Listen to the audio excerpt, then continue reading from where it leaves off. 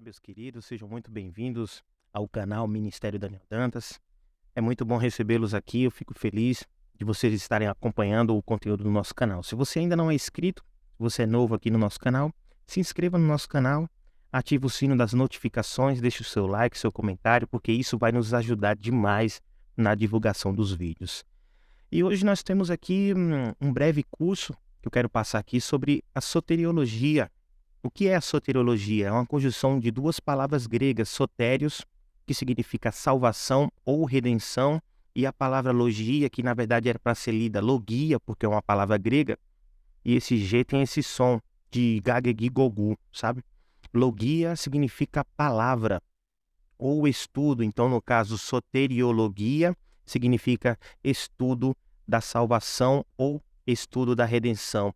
E dentro da questão da soteriologia, você aprende o porquê Jesus Cristo precisou nascer, o porquê Jesus Cristo precisou sofrer, porque Jesus não teve uma morte comum, entende? Por exemplo, uma morte de problema cardíaco, ou dormindo, ou coisa parecida. Mas você aprende o porquê ele precisou sofrer, o sofrimento, o que o sofrimento de Cristo tem a ver com a redenção, porque Jesus precisou morrer e ressuscitar, e tudo isso tem a ver com a nossa salvação. Nesse módulo, nesses primeiros módulos, além das questões, você também vai aprender o que o cristão tem a ver com uma doutrina da redenção. Quando o assunto é Cristo, eu entendo que esse curso de soteriologia é importantíssimo, porque muitas pessoas se confundem a respeito do sacrifício de Jesus Cristo. Muitos acham que o sacrifício de Jesus foi um plano B de Deus, com a queda de Adão lá no Gênesis. Então, nós vamos aprender aqui os movimentos de Deus. E para começar falando desses movimentos de Deus, nós vamos começar esse curso falando sobre os movimentos de Deus, que lá em Lucas, capítulo 19, versículo 10, diz que Jesus Cristo falou lá, porque o Filho do Homem veio buscar e salvar aquilo que havia se perdido. E nós temos uma realidade, a realidade que Deus está em movimento. Deus, qual é o movimento? Quais são os movimentos de Deus? Deus está buscando, Deus está salvando aqueles que estão perdidos. Deus está em movimento de redenção. Mas para chegar nesse movimento, nós vamos fazer um estudo básico de 3 movimentos de Deus, primeiro, segundo e terceiro. E vamos começar esse estudo de uma forma não normal, não começando pelo primeiro movimento, depois o segundo e depois o terceiro. Mas nós vamos começar pelo segundo movimento de Deus. Parece um pouco estranho, mas daqui a pouco vocês vão começar a entender o porquê nós começamos pelo segundo movimento de Deus. O segundo movimento de Deus tem a ver com o movimento da criação, com Deus criando todas as coisas. O porquê Deus criando todas as coisas, do haja luz, por exemplo, Deus criando o universo, a humanidade, e porque esse não é o primeiro movimento de Deus. Bom, vamos lá. O movimento da criação não é o primeiro movimento de Deus, e sim um segundo. Deus criou todas as coisas, quando você lê a Bíblia, lá no Gênesis, que diz assim no Gênesis, e disse Deus, haja luz, e a palavra ali é haver, né? Mostrando o poder de Deus em ação. O verbo de Deus no Novo Testamento, nós vamos entender que é Jesus Cristo, lá no João capítulo 1, no Evangelho de João capítulo 1.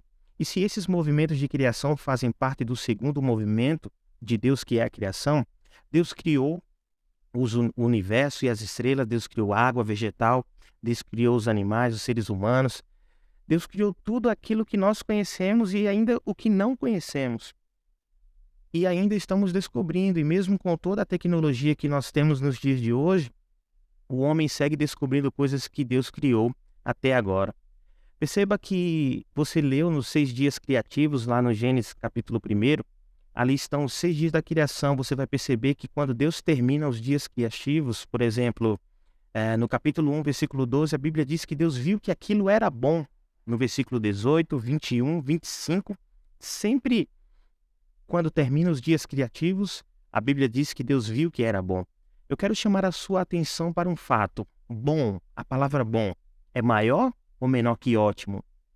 Bom, é maior ou menor que excelente? Parece que soa menor, não é verdade? E por que Deus usou o termo bom para classificar a criação E por que eles não usaram uma palavra mais forte, como excelente, como fantástico ou ótimo? Por que apenas bom? Observe que no Gênesis nós temos uma cosmologia. E o que é cosmologia? Estudo dos tempos, onde manhã e tarde é um dia. Quando você lê o livro do Apocalipse, você percebe que lá não vai haver tarde nem manhã, nem noite. Aliás, se a gente observar a cosmologia do Apocalipse, é uma cosmologia totalmente diferente da cosmologia do Gênesis. Quando nós abrimos a de Gênesis, percebemos que tarde e manhã faz um dia. Quando você abre a Bíblia em Apocalipse, não tem tarde, não tem sol, não tem noite, e não tem um monte de coisas fazendo com que a cosmologia seja completamente diferente. A pergunta que vem a seguir é se a cosmologia do Gênesis, onde tarde e manhã é igual a um dia, é diferente da do Apocalipse, onde não tem noite, não tem sol, existe apenas a eternidade. Qual das duas cosmologia é da preferência de Deus? Enfim, nós sabemos a resposta. É a do Apocalipse. A cosmologia do Apocalipse foi feita para durar para sempre, onde a do Gênesis foi feita para um dia acabar, né? Hoje, até os cientistas concordam que o universo ele vai ter um fim. O universo é finito, que o universo está em expansão e que teve um início. Eles dizem que o universo, segundo o seu início, foi a partir do Big Bang, e nós não vamos entrar nessa área aqui desse estudo científico, que não é o nosso foco. O nosso foco aqui é a soteriologia. Então, todos os cientistas do mundo, ou pelo menos a maioria deles, entende que o universo vai acabar. Você já deve ter ouvido falar sobre a questão do aquecimento global, camada de ozônio e tudo mais, que tudo aquilo que está demonstrando nos estudos científicos que a Terra vai acabar, que o universo vai chegar a um momento que não vai aguentar de tanta destruição que há no planeta.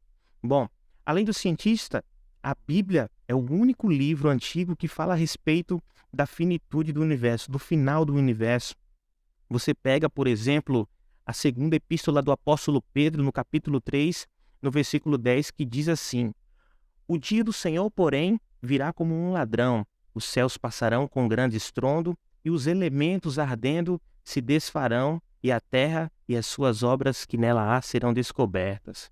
Veja só, o apóstolo Pedro, há quase 2000 anos atrás, estava dizendo que a terra vai se acabar um dia e que os elementos, eles abrasados, irão explodir. Os elementos que Pedro fala aqui é a estrela, é o sol, a lua, aqueles meteoros, né? Todos serão desfeitos e vão cair sobre a terra.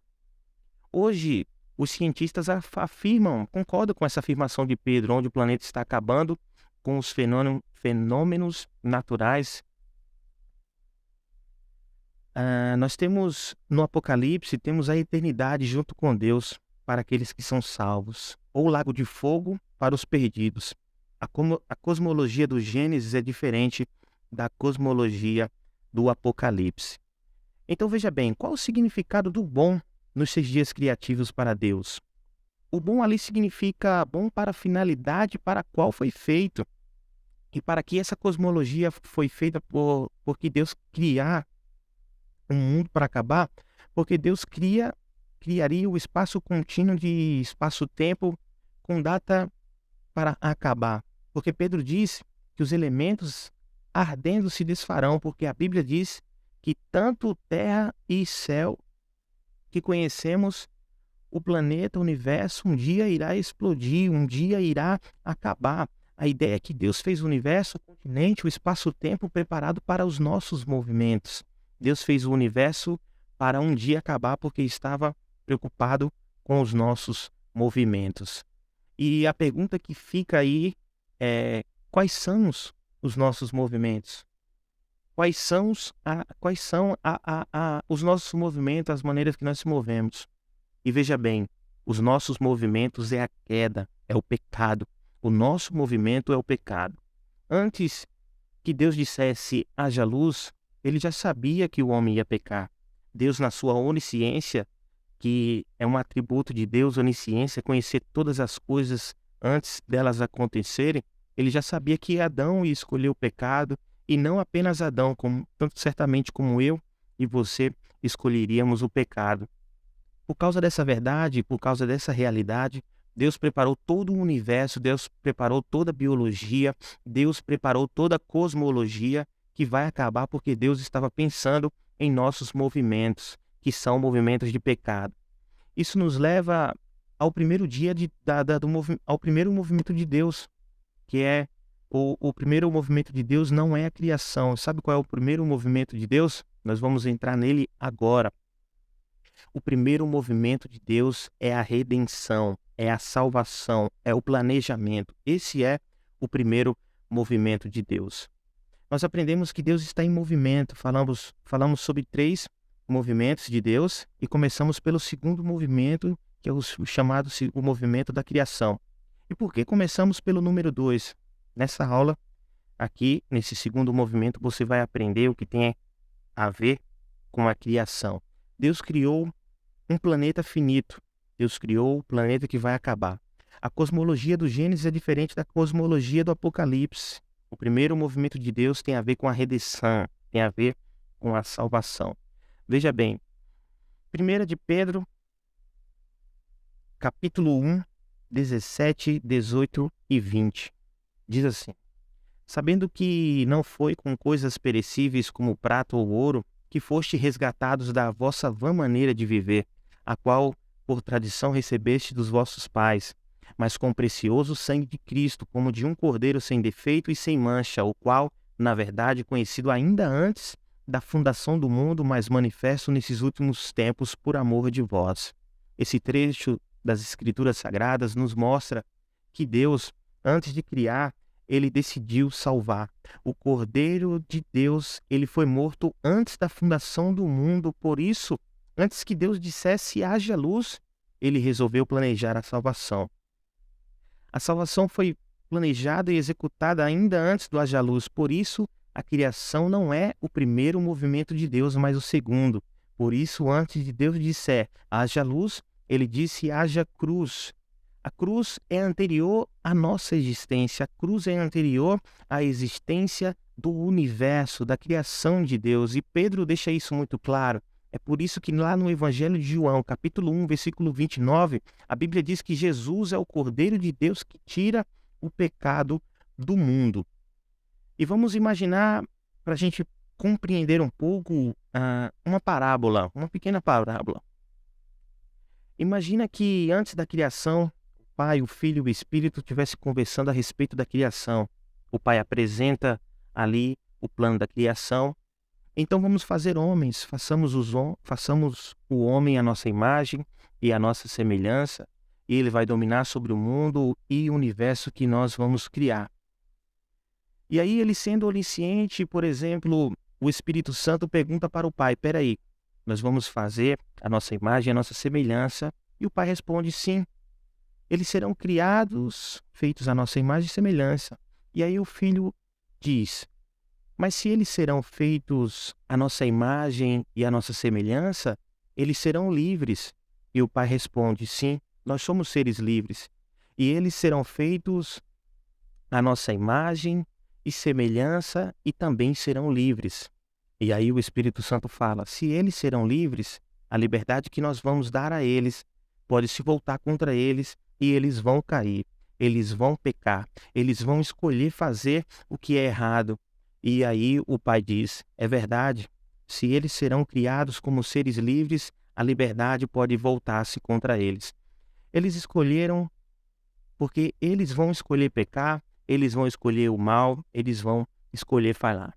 E aí a pergunta que vem à sequência é a seguinte: vai compensar a gente criar homens que vão pecar contra nós, que vão virar as costas para nós? Porque fora de nós não existe nada. E se eles pecarem contra nós, terão que ser lançados para o nada, terão que ser castigados ou coisas parecidas.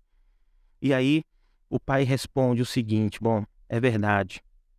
O Cordeiro eterno e imaculado, morto ainda antes da fundação do mundo e manifesto nesses últimos tempos por amor de vós. Veja bem, essa pequena parábola não está na Bíblia, mas é só para a gente poder pensar e mostrar por que é que Jesus é o Cordeiro morto ainda antes da fundação do mundo. Jesus se entregou antes da fundação do mundo, e tem alguns textos que eu vou mostrar que é para que a gente entenda na Epístola aos Colossenses, capítulo 1, versículo 17, diz que Cristo é antes de todas as coisas e nele tudo subsiste, ele é a cabeça do corpo da igreja, ele é o príncipe, o primogênito dentre os mortos, para que em todas as coisas possa ter a primazia. Veja que incrível como é a palavra de Deus. Veja então que um pouco antes, no versículo 14, no qual temos a redenção, a remissão dos pecados, ele é a imagem do Deus invisível, primogênito de toda a criação, porque nele foram criadas todas as coisas do céu na terra, as visíveis e as invisíveis, seja tronos, sejam soberanias, principados ou potestades. Tudo foi feito por meio dele e para ele. Jesus Cristo é a base da criação. Tudo só foi possível ser criado porque Jesus assumiu ser o Cordeiro de Deus que tira o pecado do mundo. Tudo que existe só existe porque Jesus é o Cordeiro de Deus. Vamos aprofundar um pouco mais. Por exemplo, tudo que existe, existe por causa de Deus. O ímpio, o pecador, o alcoólatra, o estrupador, o homossexual, todas as pessoas só existem por causa de Deus. Sim, isso é uma grande verdade. Aquele alcoólatra que está tomando mais um copo de cachaça nesse momento e está destruindo a sua família, toda essa gente só existe por causa de Jesus, porque Jesus aceitou ser o Cordeiro de Deus. O homossexual que está fazendo mais um programa, a prostituta, o ladrão, as pessoas, até mesmo as pessoas que são justas, mesmo sem conhecer a Deus, eles só existem porque Jesus aceitou antes de tudo ser o Cordeiro de Deus. Glória a Deus por isso. Tudo que foi feito, a Bíblia diz que foi feito para Ele, por Ele e para Ele. E sem Ele, sem Jesus Cristo sendo o Cordeiro, nada do que foi feito se fez. Fez até mesmo aquelas pessoas que não acreditam na sua própria existência. E elas só existem por causa da bondade de Deus, graças ao fato de Jesus ser o Cordeiro de Deus. Por isso, o segundo movimento de Deus é a criação e o primeiro movimento de Deus é a redenção. Primeiro Deus planeja a salvação e porque Ele planejou a salvação e porque Jesus Cristo aceitou ser o Cordeiro de Deus. Deus resolveu criar, Deus resolveu dizer haja luz, Deus resolveu fazer o ser humano, Deus resolveu fazer o planeta, as cosmologias, Deus resolveu fazer todas essas coisas simplesmente porque Jesus Cristo resolveu e aceitou ser o Cordeiro. Jesus Cristo aceitou o desafio de morrer pela a humanidade que ainda não tinha sido nem criada e Deus resolveu criar porque Jesus aceitou morrer. Por isso Jesus é o Cordeiro de Deus que tira o pecado do mundo. Na soteriologia, no estudo da redenção, a gente precisa entender os movimentos de Deus. O segundo movimento de Deus é a criação. O primeiro movimento de Deus é a redenção. Deus resolveu salvar para depois criar. E qual seria o terceiro movimento de Deus? Para isso, nós vamos gravar outra aula, outro vídeo aula. E nesses primeiro e segundo movimento, eu quero que você glorifique a Deus, porque Jesus resolveu primeiro nos salvar para depois criar todas as coisas. Se você gostou dessa breve aula de soteriologia, deixe o seu like, compartilhe, se inscreva no nosso canal, deixe seu comentário o que você achou dessa aula. E no próximo vídeo nós estaremos falando sobre os outros dois, o terceiro movimento de Deus e o que nós temos a ver com isso. Amém? Deus abençoe, compartilhe o nosso canal e Deus vai te abençoar muito, eu tenho certeza. Até o próximo vídeo.